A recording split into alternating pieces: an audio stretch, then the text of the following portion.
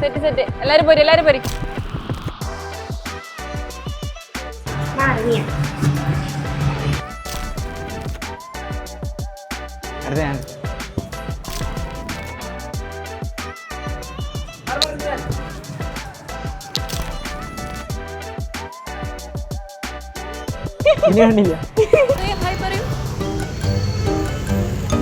ഈ ഒരു സാഹചര്യത്തിൽ എന്താണ് പറയുന്നത്? ഒന്നും പറയാനില്ല, സന്തോഷമാണ്.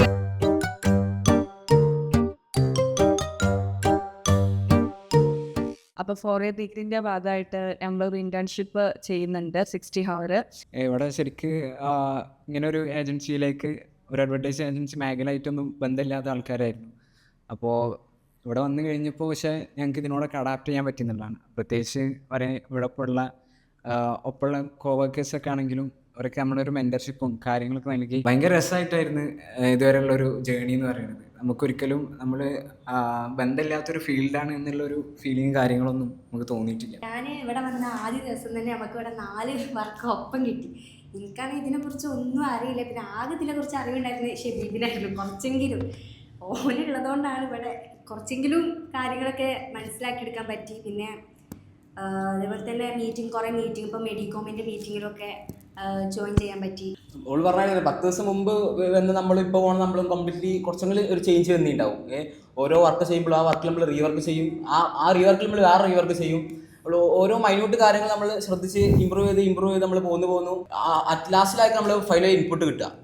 അത് പറഞ്ഞോളൂ, ഫസ്റ്റൊക്കെ നമുക്ക് റിജക്ഷൻ കിട്ടി കഴിഞ്ഞപ്പോൾ എന്താ പറയുക, കുറേ നമ്മൾ വർക്ക് കുറേ എടുത്തിരുന്നു. പക്ഷെ നമുക്കിതിന് ഒന്നും അറിയാത്തതുകൊണ്ട് നമ്മൾ ഇൻ്റർനെറ്റ് സെർച്ച് ചെയ്തിട്ടും ChatGPT അതൊക്കെ ഉപയോഗിച്ച് കുറേ വർക്കും കാര്യങ്ങളൊക്കെ എടുക്കണം.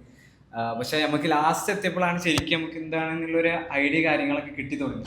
അപ്പോൾ ശരിക്കും നമുക്കൊരു എഫക്റ്റ് വരാൻ സമയം, പക്ഷേ നമ്മൾ ഒരു ഇൻറ്റേൺഷിപ്പ് കാലാവധി കഴിഞ്ഞെന്നുള്ളതാണ്. ശരിക്കും ഇതുകൊണ്ട് നമുക്ക് കുറേ ബെനിഫിറ്റ്സ് ഉണ്ട്. ഈ പറഞ്ഞാൽ ഫസ്റ്റ് നമ്മളിവിടെ ജോയിൻ ചെയ്തപ്പോഴും ഇപ്പം നമ്മൾ ഇറങ്ങുമ്പോഴും ശരിക്കും ഒരുപാട് ചേഞ്ചസ് ഉണ്ടായിട്ടുണ്ട് എന്നുള്ളതാണ്. അതേപോലെ തന്നെ നമ്മളിപ്പോൾ പുറത്തൊക്കെ ഒരു ആഡ് കാണുകയാണെങ്കിൽ അതിൻ്റെ ബാക്കിലുള്ള എഫേർട്ടുകൾ നമുക്ക് പിന്നെയാണ് മനസ്സിലാവുക. ലൈക്ക് ഇപ്പോൾ നമ്മൾ ചെയ്യുന്ന ഒരുപാട് കാര്യം, ഒരു ആഡ് കമ്പനിയിൽ ഉണ്ടാവുന്ന കാര്യങ്ങൾ, ആ ഒരു എല്ലാ ജേണികളും അതിൻ്റെ എഫേർട്ടും കാര്യങ്ങളൊക്കെ കാണുമ്പോൾ നല്ലൊരു എക്സ്പീരിയൻസ് ആണ് ആക്ച്വലി.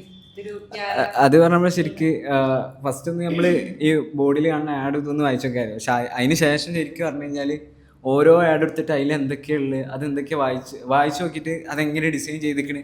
ഇപ്പോൾ ശ്രുതിച്ചേട്ടൻ പറഞ്ഞ ഒരു മീറ്റിങ്ങിൽ പറഞ്ഞായിരുന്നു മൈക്രോസോഫ്റ്റിൻ്റെ ഫസ്റ്റ് ലോഗോയിൽ ഒരു വെട്ടുണ്ട്. അതൊക്കെ ശരിക്കും സ്പെസിഫിക് ആയിട്ട് ആ ഒരു സാധനം മാത്രം അവിടെ ഹൈലൈറ്റ് ചെയ്ത് വന്നതാണ്. പിന്നെ ഇവിടെ വന്നപ്പോൾ ഇവിടുത്തെ ശ്രുതിയേട്ടനോടൊക്കെ സംസാരിക്കാൻ ഭയങ്കര പേടിയായിരുന്നു. ആളെ കാണുമ്പോൾ എന്താണ് എങ്ങനെ ഭയങ്കര ചൂടനാന്നൊക്കെ വിചാരിച്ചിരുന്നത്.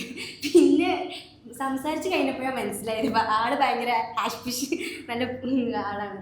പിന്നീട് എന്താ വെച്ചാൽ ഇവിടെ ഭയങ്കര കൂളാണ് ആക്ച്വലി. എല്ലാവരും ഭയങ്കര കൂളാണ്. നമ്മൾ ഭയങ്കര ഫ്രീ ആണ്. ഒന്നാമത് നമുക്ക് ചോദിക്കാം, നമുക്ക് പറയാം, നമുക്ക് ഇപ്പം നമുക്ക് എന്ത് ഡൗട്ട് ഉണ്ടെങ്കിലും ചോദിക്കുക. ഇപ്പം നമ്മൾ തെറ്റാണെങ്കിലും ആ കുഴപ്പമില്ല, ഈ ശരിയാക്കിയാൽ മതി പറയുമ്പോൾ ഞാനൊക്കെ ചിലപ്പോൾ ഒരു മണ്ടത്തരമായിട്ടുള്ള ചിലപ്പോൾ എന്തെങ്കിലും ഒരു ഐഡിയ കൊടുക്കും. അപ്പോൾ നെസ്ലാത്തൊക്കെ സാരില്ല ഇങ്ങനെ ചെയ്താൽ മതി, ഒന്ന് മാറ്റി ചെയ്താൽ മതി. ലൈക്ക് നമ്മളൊരു നല്ല രീതിയിൽ തന്നെയാണ്. ഇപ്പോൾ ഇവിടെ പലരും ഗ്രാഫിക് ഡിസൈനിങ്ങിലും മറ്റ് ഏരിയയിൽ നിന്ന് വരുന്നതുകൊണ്ട് തന്നെ ഒരു കോൺഫിഡൻസിൻ്റെ ഒരു ചെറിയ ഇതുണ്ടായിരുന്നു. പക്ഷേ ഒരു 2-3 ദിവസം കഴിഞ്ഞപ്പോൾ നമുക്ക് മനസ്സിലായി എന്താണ് ഈ ആറയിൽ എന്തൊക്കെയാണ് നടക്കുന്നത്, നമുക്ക് എന്തൊക്കെ ചെയ്ത് കൊടുക്കാൻ പറ്റും എന്നൊക്കെ നമുക്കൊരു ഐഡിയ കിട്ടും. ഇപ്പം എനിക്കും ആ വലിയ ഐഡിയ ഇല്ലായിരുന്നു. പക്ഷേ ഇങ്ങനെ നമുക്ക് പറഞ്ഞു വരുമ്പോഴും ഇങ്ങനെ ടെക്നോളജി പരമായിട്ട് നമുക്കിങ്ങനെ പറഞ്ഞു വരുമ്പോഴും അത്യാവശ്യം മനസ്സിലാവുന്ന കാര്യങ്ങളും ഉണ്ട് എന്നാണ് എനിക്ക് പറയുന്നത്. യാസർ ഖാനോട്സാണ്. യാസർ ഖാൻ ഒരു ബോസ് എന്നതിലുപരി ഒരു മെൻറ്റർ, ഒരു ടീച്ചർ, നമ്മൾ ഒരു കുട്ടികളെ പഠിപ്പിക്കണ പോലെ ഇങ്ങനെ പഠിപ്പിച്ചിങ്ങനെ വരും. യാസർ ഖാൻ സംഭാഷണം കേൾക്കാൻ തന്നെ ഒരു രസമാണ്. ഇങ്ങനെ ഓരോന്ന് കണക്ട് ചെയ്ത് ഓരോന്ന് പറഞ്ഞ് അത് ബിൽഡ് ചെയ്ത് ഇങ്ങനെ എടുക്കും. അപ്പോൾ അതേപോലെ തന്നെ വേറെ വർക്കിലൊക്കെ എന്തൊക്കെ മാറ്റങ്ങൾ വരുത്തണം എന്നുള്ളതാണ്. നേരെ റിജക്റ്റ് ചെയ്ത് വിടുക എന്നുള്ളതല്ല.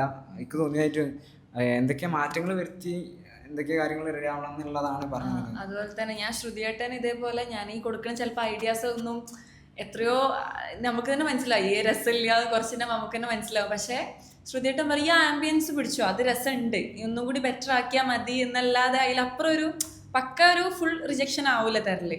നമ്മളെ കംഫർട്ട് ആക്കിയിട്ടുള്ള ഒരു ഇതിൽ തന്നെ റിജക്ഷൻ തരുമ്പോൾ അത് ഭയങ്കര നമുക്ക് ഓക്കെയാണ്. നമുക്ക് ആ ഒരു കോൺഫിഡൻസ് അങ്ങനെ കുറയുന്നില്ല. താങ്ക് യു ഏറ ഫോർ ദിസ് നൈസ് എക്സ്പീരിയൻസ്.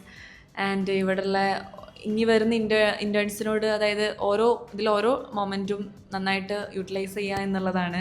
നമുക്ക് പിന്നീട് ഒരു റിഗ്രറ്റ് ആവരുത്. കാരണം ഇതിലെന്ന് പറഞ്ഞാൽ ക്രിയേറ്റീവ് മൈൻഡാണ് മെയിനായിട്ടുള്ളത്.